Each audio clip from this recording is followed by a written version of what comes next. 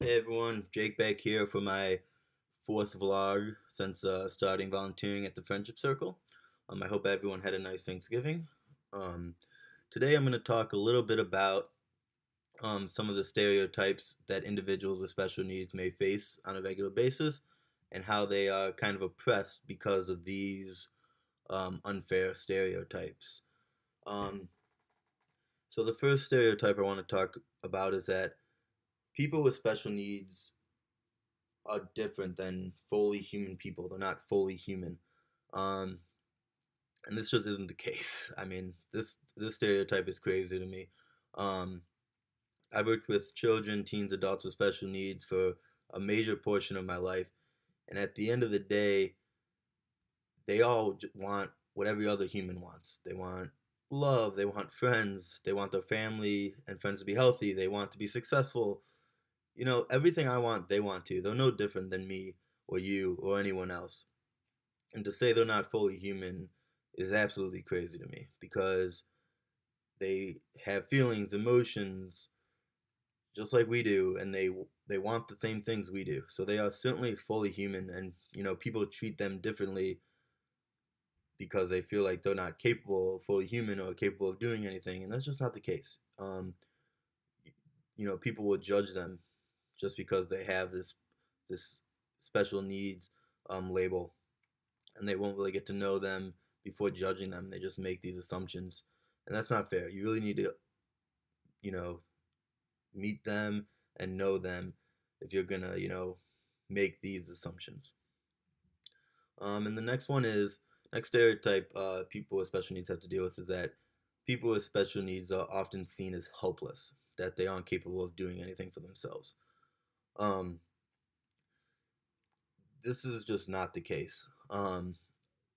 It might take them a little longer to learn something or to do something, but these individuals are very capable. They're certainly not helpless. At the Friendship Circle, we work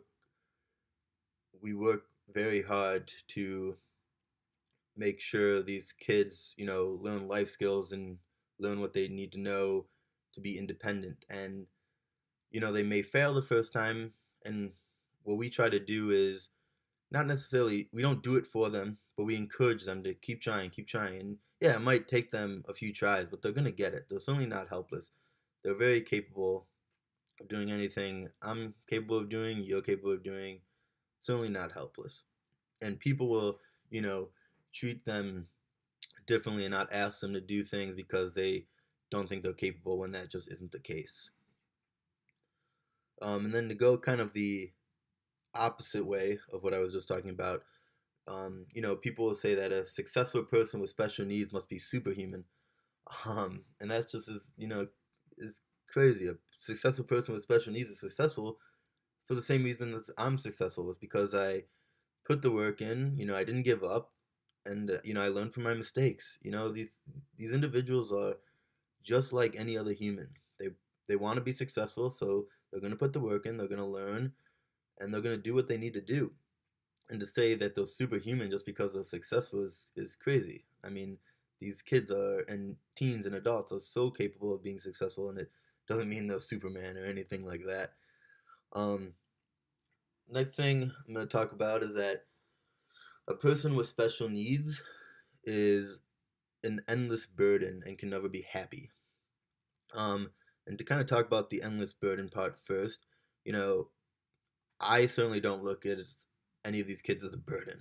I love spending time with these kids. These kids teach me so much.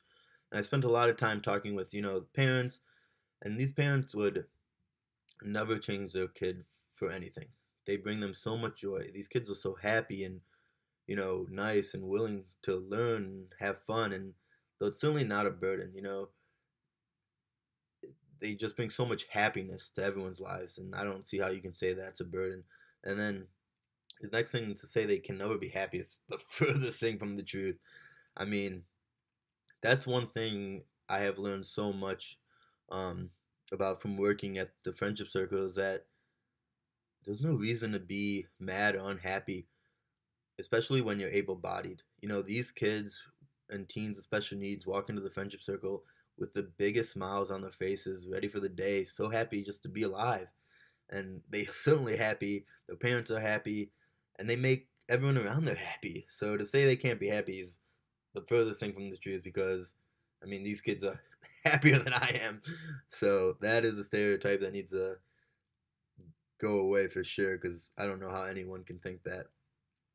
The last thing I'm going to talk about kind of relates again to what I was just talking about, but a person with special needs is sick and needs to be fixed, and that's not true. It's just like it's a part of who they are. They can't help it. They don't have a choice, but they're certainly not sick, and they don't need to be fixed. You know, they're happy with who they are. Um, the parents are happy with who they are, and they just need to be accepted, and people need to really educate themselves and get to know people with special needs before they, make these assumptions and use these stereotypes, because I mean these kids and teens and adults with special needs are amazing. They're amazing people, and I personally have learned so much from them, and it's just not fair to judge them and assume these things before getting to know them. And I have been fortunate enough to be able to work with individuals with special needs for over 10 years now.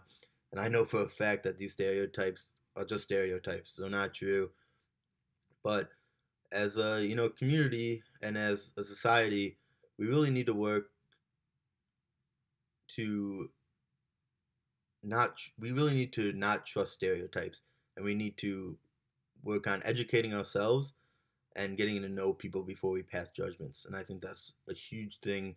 A huge thing I'm trying to teach people is to get to know someone before you judge them, because you have no idea what's really going on in their lives.